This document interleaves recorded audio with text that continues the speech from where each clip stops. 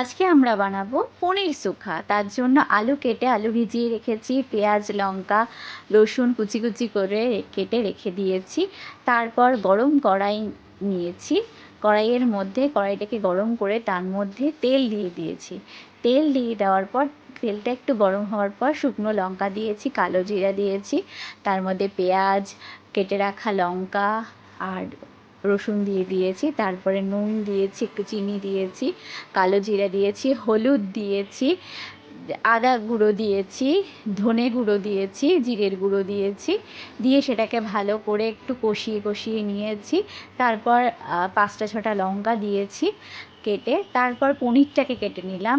আলুটা যেটা ছিল, আলুটা জল ঝরিয়ে আলুটা ওর মধ্যে দিয়ে দিলাম। আলু দেওয়ার পর তার মধ্যে সেজওয়ান চাটনি দিয়ে দিয়েছি। সেটা দিয়ে ভালো করে একটু নাড়িয়ে চাড়িয়ে কিছুক্ষণ পর জল ঢেলে দিলাম। জল ঢেলে দেওয়ার পর কিছুক্ষণ ফুটলো, তারপরে ওর মধ্যে কেটে রাখা পনিরটাকে দিয়ে দিলাম। পনিরটাকে দিয়ে কিছুক্ষণ ওটাকে ঢাকা দিয়ে নাড়িয়ে চাড়িয়ে তারপর ওটাকে তুলে নিয়েছি। এটা হয়ে গেল কমপ্লিট রান্না।